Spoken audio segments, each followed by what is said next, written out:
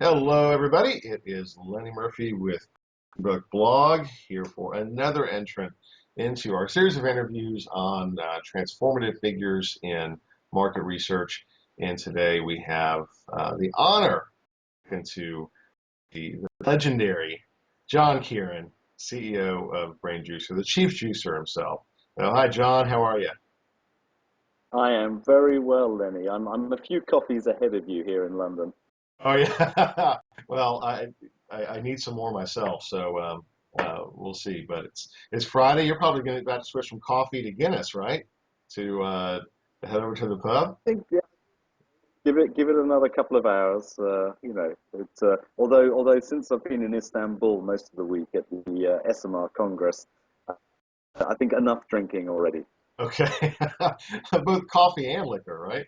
The Turkish coffee stays with you. These these are the central pillars of any successful civilized society. So, Yeah. Well, so on that note, how is Istanbul? You're the first person we've talked to since SMR. So uh-huh. so what was your take? How did Well, it go? so I get because I loved Istanbul. I mean, I've been there once before, but a long time ago. It's mad, chaotic. Was it 15? Well, 15 or 20 million, no one's sure. That's quite a round there. Right. And it's extraordinary place. I mean, it's got a real buzz about it. Just like Sao Paulo or Shanghai. I mean, you can feel the kind of the growth, the sort of sense of progress. Unfortunately, it also means that you sit in a taxi, kind of crawling along slower than you can walk. Yeah. Um, yeah, but apart from that, the Congress itself, interesting. Like always, all congresses or conferences, there are papers that are great. There are quite a lot that are not, and actually, it always reminds me that the real purpose is we're social animals, and it's a get together, Yeah. and it's the stuff that wasn't planned that actually is always the highlight. Um, anyway, it was all right. We managed to haul off a best of the best papers for Tom Ewing's Research in a World Without Questions. Yeah. So that was nice. Tom was beaming away, and so he should. It was a great paper. Good. Good. And you did a panel, right? On Yes, Go ahead. You describe it. You can describe it better than I can. So, I did a deliberately provocative panel too because, provocative? again, Can't imagine, John. Sorry. Go ahead. Go ahead. Uh-oh. no, I know. Who'd have thought it? But the annual loving. Um, I don't know if you can hear me okay, but these conferences end up as the annual love-in, where everyone, oh, we're all marvelous and wonderful, and we are, of course, and everyone is great. But it's like, come on, everybody, in the same time, about 90 years or so that it's taken market research to be a $40 billion industry. I like the way that we've added 10 billion, just by reclassifying it, but that's fine. Management consultants, same about the same history, are a 400 billion industry a year, and I really think we have fallen into the admirable but misguided kind of engineer's problem, where we do 9/10 of the work, but because we present it badly and we don't actually go the last mile and present the value add, we charge 1/10 the price for what we do. And I'm afraid, we're perceived to add a lot less value than management consultants. And it's our fault. And we need to acknowledge it's our fault and we need to change it. And we need to give ourselves a right royal kick up the arse and see if we can do a bit better. From your lips to God's ears, man. The I tend to agree overall.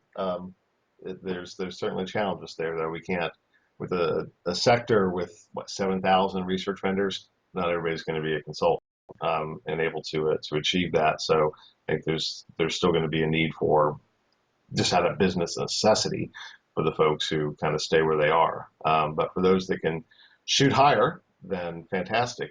Well, that's probably it's a good segue. So, Brain Juicer, you guys have done a wonderful job of growing. Had a rough patch last year. You've corrected that. The recent earnings reports were that you've recovered and are experiencing growth again. Made a huge impact in terms of thinking about how to apply emotion to research and developed proprietary approaches to that. Won numerous awards, most innovative, most outstanding papers, et cetera, et cetera. I mean, you're at the kind of the peak of the pyramid in terms of the coolness factor and credibility factor in market research. So what's next for you? Are you looking at the consulting industry and saying, well, yeah, we're going to give ourselves a kick in the ass and go after some of that? Or are you going to continue Yeah. to focus on the research itself? Well, we are actually, because, despite, winning the awards is nice. I mean, to be honest, the real motivation is just to do something innovative and to, kind of pioneer something that works better. And yet we're a, 25 million pound or 40 million dollar, so 40 seems to be the number for this whole, it's not 400 billion, it's not 40 billion, it's 40 million, which frankly is small. I mean, we are small, and we're a lot smaller than we feel we deserve to be. And when that happens, you have to look at yourself and go, well, what are we doing that isn't quite working? Why is it that we seem to attract the admiration of the very largest, companies in the world and get invited to speak at their annual conferences, and then they carry on working with, the same tools that they've been working with for 10 years or 20 years? So that's our fault, and so what we've decided to do is I think we need to become more extreme, if that were possible. I mean, I You know that's, extreme. but more extreme in this sense, in the sense that what all these companies are really trying to do is change behavior. Building market share, introducing new ways of doing things, new products, new services. It's about behavior change. And so what we have decided, to do is to basically be behavior change consultants, if you like. That's the arrowhead. We need to actually apply behavioral science to, marketing, and prove that you can build famous marketing, famous brands, successful brands by doing so. And all of the tools, all of the research tools that we've painstakingly built just become a better way to prove that, to validate that, to get feedback on all of that. So rather than sort of standing in the trenches and waging a First World War type methodological argument, which I feel we've been, I would say, you could accuse us of doing, trying to go head to, sort of toe to toe with Millward Brown. Forget that. Let's just actually make a difference to brands. The recent Guinness basketball advert being a great example in the US, and the UK's most favourite advert of 2013, the moonwalking pony. We, have been and are integral to these successes. And I think that's going to change the way that clients look at the tools that they use to validate things a lot quicker than, trading philosophical, let alone methodological arguments, which don't really move anybody. Well, yeah, he kind of reminds me of a Stan from Coke's, excuse me, approach a few years ago, pay for performance. So when you're moving into that category and can show the success of your efforts, then you're shifting more automatically into that role of being similar to an agency, which often do pay for performance with large brands. So are you ready to take that risk? To, if you're going to go into the change behavior to actually even change your financial model to deal with those type of implications? Yeah, I mean, I mean, absolutely delighted to. It's very rare that it actually happens, only because no one will then agree. What's the definition of success, and who's who was created or contributed what part to that success. But we had in the UK Ocado. who are an online supermarket who wanted that model. Absolutely fine. So basically, what we'll do is a cost plus, whatever it is, 15, 20% in terms of the actual work we undertake together, all the behavioral experiments, all of the behavioral interventions, in their case, to get more people to sign up and to get more of those people who sign up to shop, 5 times, which is the sort of magic figure. And each, in their case, it's very measurable. And if we have a demonstrable impact on that, they know precisely what the value add of that is. And we would agree basically a performance-related bonus on top of the cost plus model. Why not? I'm up for that. Sure. Because it's about proving that you can actually make a difference. But also it means the client is happy to contribute to the hard work it takes to get to that point, because it's all the experiments and all of the validation and all of the A/B testing, the behavioral testing, that I'm afraid there are no shortcuts. You might get lucky, but actually it's a lot of hard work and creative, effort to get there. So why not reduce the cost of doing that and increase the bonus at the other end of success? Yeah. Yeah. So you guys have been, uh, you know, certainly, the Grit study. You're considered the most innovative company for a few years in a row. We're launching that again next week. We'll see if you maintain your top ranking. I think you're going to have some competition this year, honestly, but we'll see how that plays. Um, and a lot of that, you've been so great about always being out there talking about these topics and looking at like digivisuals. I don't think digivisuals ever really caught on as a product, right? But as a thought leadership, as a think piece, it got lots of visibility. What's next for you in terms of pioneering new ways to change behavior? What's your next grenade that you're going to throw out there to get people to continue to think about challenging their preconceptions and looking at new ways to understand behavior and influence behavior? If whatever you can talk about, obviously, I'm sure that Orlando's got some stuff in Skunk Works that he doesn't want you to say anything about. But anyway, go ahead. Like, look, there's always, like any good lab, a whole series of experiments and things that we're working on across the usual suspects. I mean, my particular interest at the moment is pricing. Hmm. Pricing Oh, I think I might have lost you. does not work in the way that our theory, and it certainly doesn't work as Gabriel Granger. I'll just keep talking until I'm back. I can hear you. Okay, Lenny, are you there? Yeah. Okay. And it's certainly PSM and Gabriel Granger. Do not capture the behavioral truth of prices.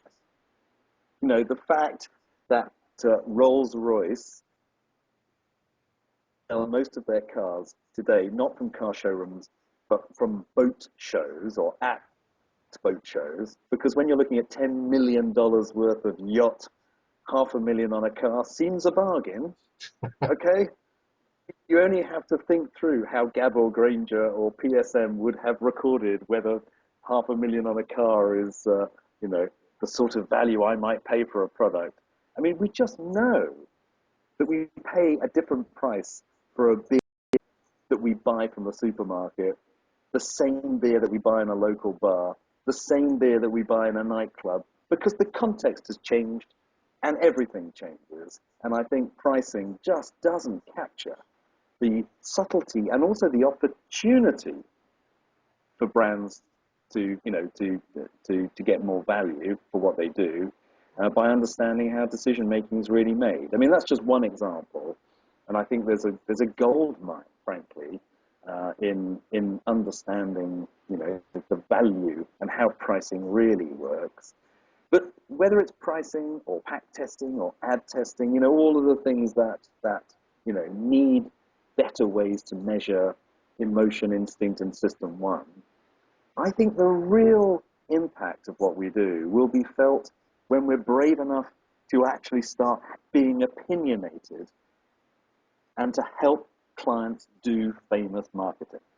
Make my brand famous should be pretty much the only brief any client gives any agency. Yeah? And the IPA in the UK has been doing some fantastic work, and the paper that they've just launched, the long and the short of it, is a seminal piece of work. At its heart is this idea of the golden ratio, 60-40, 60% brand building, in other words, fame, and 40% activation. And if you really, really boiled what we're trying to do with clients down, is we are trying to help clients create 5-star fame building work and 5-star fame building activation. Or I shouldn't say fame, I should say fortune building activation. It's the stuff in the store, the shopper marketing, what seems smaller, the $300 million button. I don't know if you've read that article, but No, the website yeah. that is, instead of forcing people to sign up before they could buy anything, you could just have a button that said buy without signing up. $300 million later, more sales. That's what I mean by, sort of fortune building activation. And it's this twin pillars, 60-40, doing famous emotional advertising, which we're encouraging our clients to do, and having real, impact. And then applying behavioral science to the activation of packaging, of shopper, of the way things are framed and pricing, which basically maximizes, the value extracted from all of that work. And that's exciting. And I think that is our innovation. Our innovation, if you like, the next era of it is to take that framework, the theoretical behavioral science framework, and start applying it and building famous case studies. Uh, it's interesting. I don't know if you saw when I did an interview with uh, Diane from Punispace a few weeks back, and Yeah. and I think of you guys often as kind of the same sentence, kind of iconoclastic, almost renegades within the industry that have been very transformative. And when you look at your paths, very similar. Yeah. Started more in kind of the traditional research approach, are moving upstream, much more into the kind of the consulting model, making a difference, blurring the lines between traditional research and marketing activation. And I applaud that. I think that's fantastic, and I think that's what clients are asking us to do often. And to your point, we haven't done a good job positioning ourselves effectively to do that. They want impact. Well, we don't get more impactful than telling them, push this button and you'll make more money, right? So, this is how you sell more stuff. Ultimately, I think somebody asked me years ago, and I did a blog post on it of, what's my job? My job is to help people sell more stuff. That's it. That's what we're supposed to do.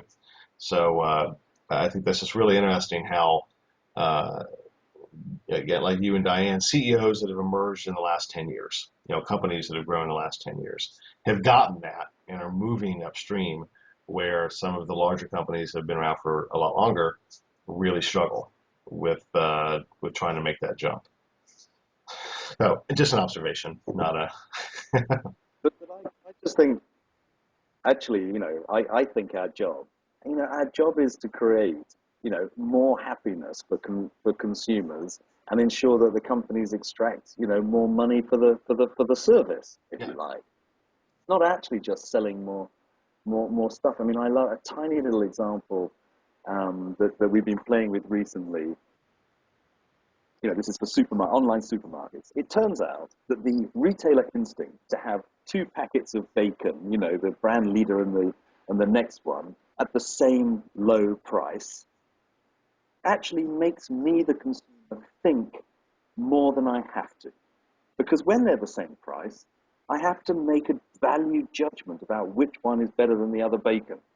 Whereas if we can persuade the retailer to make sure that one of those packets of bacon is 5 cents more than the other one, it prevents me from having to think as a consumer, and I'm more than likely to pick the more expensive one or the cheaper one because I'm making some judgment, on value. But it prevents me from thinking, thank you very much, that's a service, informed by behavioral science, and As we know, thinking is to humans what swimming is to cats. We can we could do it if we really have to, but really, we just don't make me think. Please help me not to think and to make the right call, without having to think. And that's sort of stuff I think we can help with. Oh, well, that's really exciting. We had said we were going to try and keep this to about 20 minutes. We're closing in on that 20-minute mark. So, once you, this is a favorite exercise that I end all these interviews with, John. So, step back and think about the market research industry and your place in the market research industry today. And what does that look like 5 years out? What do you see? Where do you see BrainJuicer then, and where do you see the industry as a whole um, at that point? Honestly. Yeah, yeah, I know. Honestly, uh, what is it? What is it they say? We overestimate in the short term, the changes that will happen, and underestimate them in the long run. And Right. I'm afraid I'm as bad as anyone at that.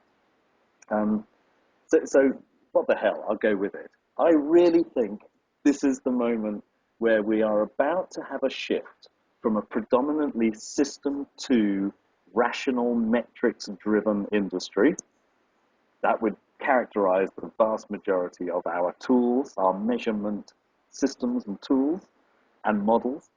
And there is going to be an acknowledgement that we need to shift to a predominantly system one view of how human beings make decisions emotionally, instinctively, and intuitively.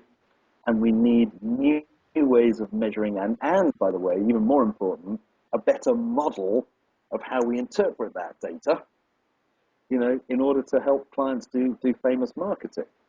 And I'm happy to be wrong by saying I think it's all going to change. I think the world's biggest companies are about to embrace System One marketing, and it's going to change pretty much everything. Now, will it change who is the top 10 agencies and the top 20? That depends on whether clients see through what is happening, which is that the very large research factories are adopting the language of System 1, System 2, but not changing the model or the tools of measurement. And it depends whether that is seen for what it is, which is a nonsense, as to whether things will change, whether the pecking order in the industry will change. I hope it will, um, and and I think it should. By the way, but it's going to be the new order will be for those that are brave enough to actually realize that we've been measuring largely the wrong things. Purchase intention has zero correlation with famous marketing. The current pre-testing models have inverse correlation with famous adverts. Come on, something has to change. We have to get better and more accurate in helping clients actually build value, as opposed to providing ass covering insurance policy like research, which helps people's career and does absolutely nothing for famous marketing. So there we go. We will see. There we go. Bold vision. And I'd expect nothing less from you, John. So, before we close, you recently had a big event in your life. So, got remarried, right? Or married for the first time? Remarried, right? Second time round. Second time around. All right. Yeah. Yeah, So, and how's that going? fantastic, absolutely fantastic. We just moved in to North London. We still have boxes to unpack, so I guess that means the honeymoon, period is it must still be happening. But yeah, it's wonderful, and we now have 6 kids between us, so it's officially the Brady Bunch. Well, you've beat me. Wow. Well, I didn't know Oh that, no, John. How about that? So, you, well, congratulations. And I assume that'll be the soon to be sainted Mrs. John Kearon. So, we, yeah, all right.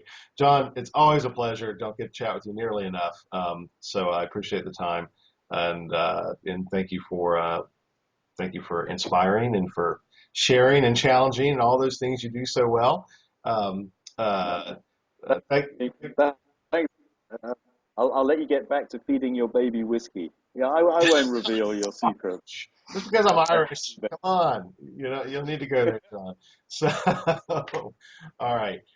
Hey, hold on a second. I actually want to ask you something offline. So, but the Okay. interview, All we're all done. So thank you and goodbye. right.